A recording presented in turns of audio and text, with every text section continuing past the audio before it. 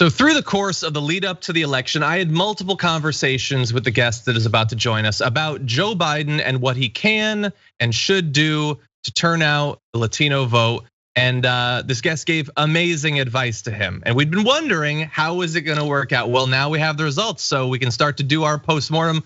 Very excited to be joined once again on the show by former senior advisor to Bernie Sanders in both 2020 and 2016, as well as the author of Tio Bernie, the inside story of how Bernie Sanders brought Latinos into the political revolution.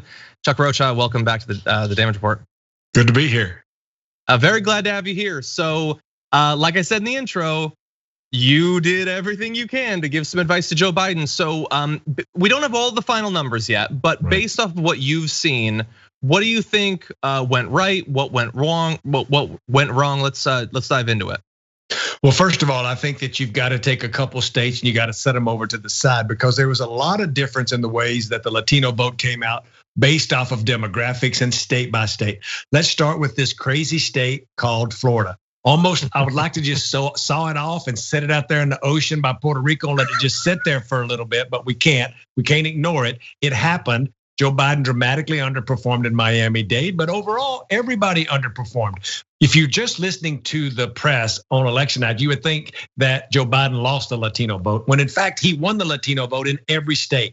Did he win it in Florida by enough? No, but let's just look at Florida and dive into Miami-Dade. If Joe Biden gets the same amount of vote as Hillary Clinton, the same percentages, he still loses the state of Florida. You may ask why? Not because of Latinos, but because of white people. Joe Biden underperformed with older white people and college-educated women and college-educated men in Florida, which cost him the whole state. There's a lot more white people in Florida, believe it or not, than there are Latinos. So could he have done better in Miami-Dade? Yes, he could have. Did he do really well in Orlando with Puerto Ricans like we talked about? Yes, he did. But there's a glaring problem that we all need to deal with in Miami and have a conversation and a deep dive after all the numbers have come in. So let's talk about the rest of the country.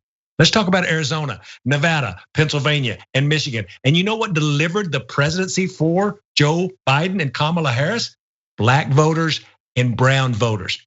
Latinos in Arizona voted for Joe Biden almost 70%. And they were such a huge part of the overall electorate. Single-handedly, Latinos and groups on the ground and our super PAC, New Westro PAC, delivered that state where I spent $3.9 million. On election day in Nevada, in Las Vegas, 25% of election day voters in Nevada were Latino. And let's go to the Northeast, Michigan. Over 150,000 Latinos showed up. Half of those had never voted before.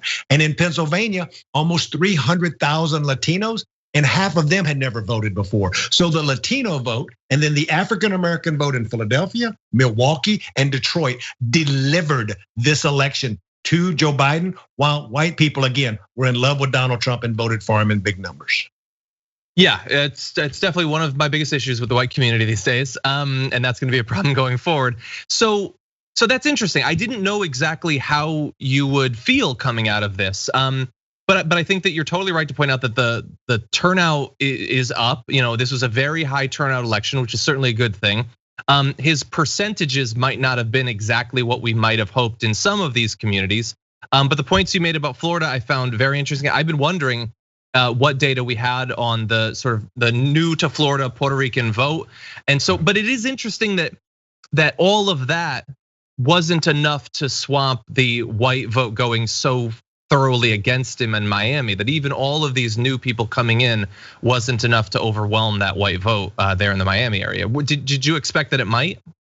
I thought that it could. There's a potential there. We've learned some lessons that we can't not just let Republican Cubans run away with the messaging in South Florida, because it affects other immigrant Latino communities in Florida that are not Cuban. So go down there, face it, let's have a debate, get on those radio programs, those YouTube shows, and kind of go after them. That also dovetails into all of this misinformation that was in Spanish in Miami, led up by the Republicans, led by Donald Trump, that was really giving people a lot of lies that weren't really combated because it was in Spanish, so people weren't paying attention to that. But while I have you, I've given this rosy picture. Let's talk about a few things that didn't go right.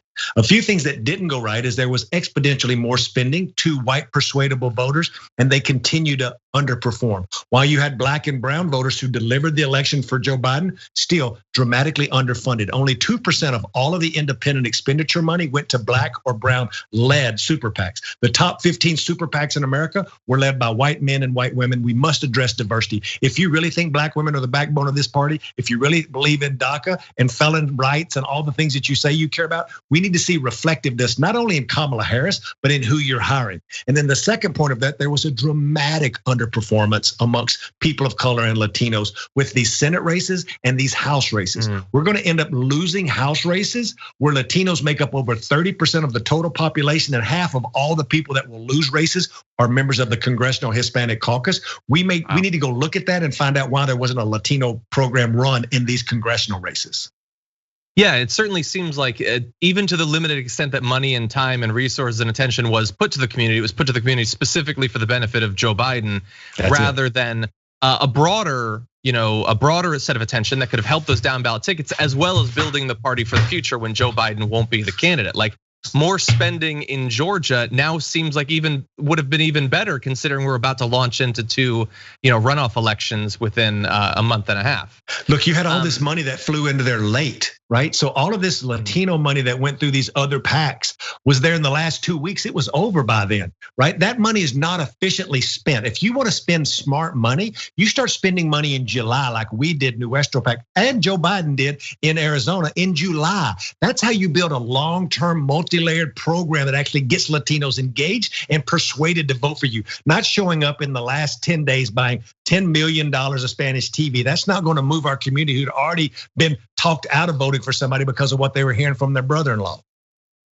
Yeah, exactly. Like, there has to be an inoculation against the disinformation that's gonna come through you can't come in at the last minute and try to get like a few people who think that Joe Biden is a Satanist who eats children. It's too late at that point, like, to get through just with a Spanish language ad, I would imagine.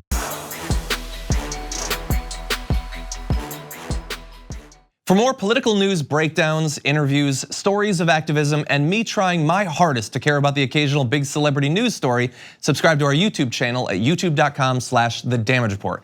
And you can ring the bell wherever it is so you don't miss anything.